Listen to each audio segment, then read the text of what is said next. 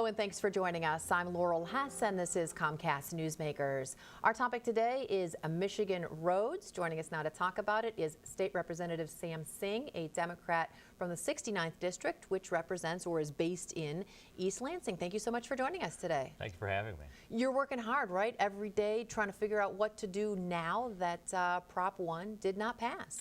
That's right. As we know, Proposal 1 was a resounding no from the voters across the state, and I think I picked up a number of lessons from that as I talked to people throughout my district as well as other parts of the state, that really the people want the legislature to fix this problem. They didn't want us to kick the can down to them. They want us to solve this problem, and so I'm hopeful that we can very much in this early part of our summer session be able to have a comprehensive road package that we can vote on and have the governor sign. Well, it sounds like you have been talking to folks about why it didn't pass, and certainly that will help you come up with a solution, right, as to what we can do that is different from Prop 1. But what were some of the reasons that you heard of this is what we don't want, but we'd be willing maybe to do this? Sure. I think one of the problems with Proposition 1 was the sales tax. I think people felt that that was a regressive tax. I think people didn't feel that the legislature had done its full job in due diligence, and they wanted us to solve that. But one thing I did hear very loud and clear from people was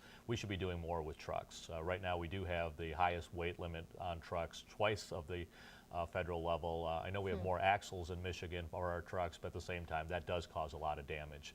We also have a different diesel rate. They actually pay less of a tax than the average driver, and so I heard from my residents loud and clear that there should be diesel parity, that we should all be paying the same, and so trucks should be paying their fair share. And I think that's something we can do right now. We don't have to even wait for a long-term comprehensive fee structure for that. We can actually do those things right now. We have bills in the legislature, and I'm hopeful that my colleagues will bring those bills up. What we did hear a lot, certainly on the ads on the television and the radio, was that there was no plan B, that if you don't pass this now, it's going to take months, maybe years to come up with a plan, and we don't have that amount of time. Our roads are so bad. But now the legislature is all back and coming up with a plan B. Is it something you can do quickly? Well, I think the answer is we can. I mean, unfortunately, the governor, you know, even though he's had the same power within the Republican Party, both in the House and the Senate, and himself, it took him 4 years to get to Proposal 1.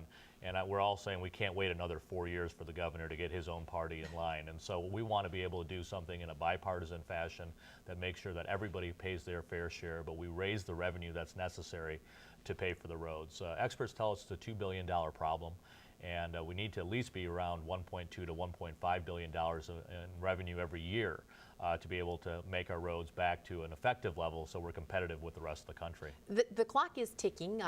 Usually you would end your session end of June and be done for the summer and then come back in the fall and start talking about issues again. Is this something you can wrap up, or is it something maybe you know, you might have to meet in the summer to discuss? Well, I'm willing to meet in the summer if we need to, but in the end I think we need to have the governor and the 4 leaders in the House and the Senate sit down and hammer out a plan. That's how all these big complicated policies often get hammered out in the end. Let's get them in one room. Let's focus on the roads. We know there's only 4 or 5 ways to raise revenue for the roads, so then there's 4 or 5 ways to cut state government to pay for the roads. So we know what all the issues are. We've had study group after study group over the years, so we know the facts. Let's get those leaders in a room, let's hammer out a deal, and let's get something. I'd like to see something done by June 30th, because I think that'll show a commitment back to the people, because obviously that with their 20% only supporting Proposal 1 and 80% saying no, they definitely told us they want us to get back to work and make sure we get a comprehensive package done. All right. Thank you so much for joining us today, and good luck in the coming weeks. Thank you. Thank you. Today's Comcast Newsmaker was State Representative Sam Singh, a Democrat from the 69th District.